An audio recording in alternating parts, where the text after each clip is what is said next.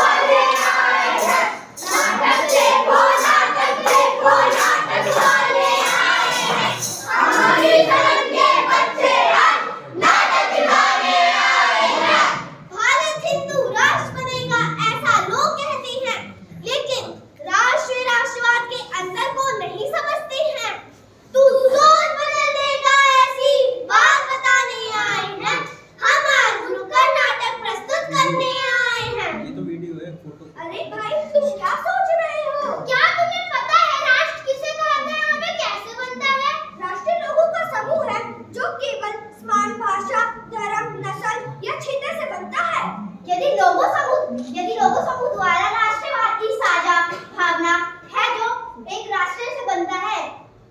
अच्छा, तो तुम कहना चाहते हो कि राष्ट्रों का निर्माण ऐसे समूह द्वारा किया जाता है जो कुल, भाषा, जाति जैसे कुछ एक निश्चित पहचानों की समानता से बनता है।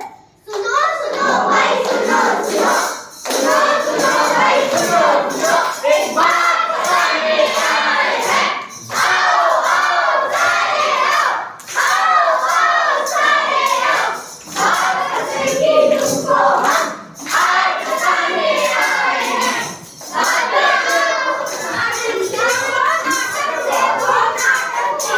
नाटक वाले आए हैं।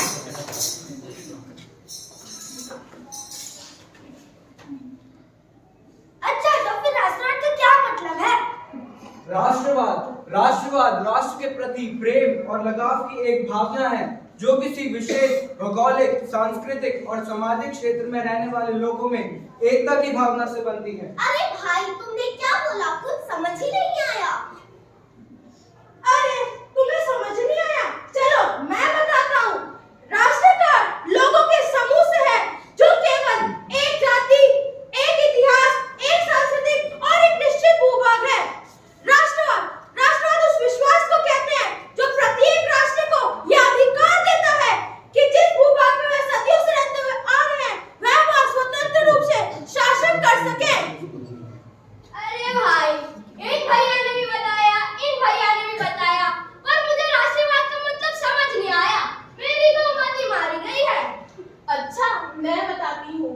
दूसरे शब्दों में राष्ट्र की परिभाषा एक ऐसे जनसमूह के रूप में की जा सकती है जो कि एक भौगोलिक सीमाओं में एक निश्चित देश में रहता हो, समान परंपरा, समान हेतु तथा समान भावनाओं से बंधा हो और जिसमें एकता के सूत्र में बंधने की उत्सुकता तथा समान राजनीतिक महत्वाकांक्षाएं पाई जाती हो। अच्छा, तुमने राष्ट्रवाद का मतलब तो बता दिया। अब मुझे ये भी बताओ कि राष्ट्रवाद के प्रतिपादक कौन थे? अरे तुम्हें ये नहीं पता? मैं बताती हूँ। राष्ट्रवाद के प्रतिपादक जेम्स गेट फ्रेड हार्डर थे, जिन्होंने 18वीं सदी में पहली बार इस शब्द का प्रयोग कर जर्मन राष्ट्रवाद की नींव डाली। अरे भाई, मेरे घर में तो मम्मी, पापा, दादा, दादी सब कहते हैं कैसा लड़का है ये, सारा दिन मोबाइल में लगा रहता है, पढ़ता लिखता नहीं है। अरे भाई, मेरे घर में तो कुछ करने की आजादी ही नहीं है। मुझे तो लगता है आप सबके घर में भी ऐसा ही होता होगा। हाँ भाई, हम सबके घरों में भी ऐसा यही समस्या है। 1947 से पहले भारत अंग्रेजों का गुलाम था। ब्रिटिश शासनकाल में भारतीयों ने कई कष्टों का सामना किया। आजादी की लंबी लड़ाई के बाद 1947 को हमें आजादी मिली। इसके पीछे राष्ट्रवाद का ही हाथ था।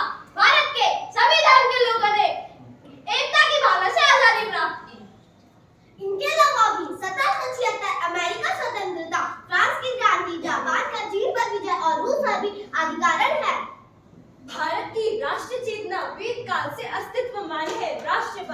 राष्ट्रवाद के निर्णायक तत्वों में पाई जाने वाली एक सामुदायिक भावना और उनके संगठन को मजबूत करती है। ये देश नहीं बनता है केवल खेत खलिहानों से, पहाड़ों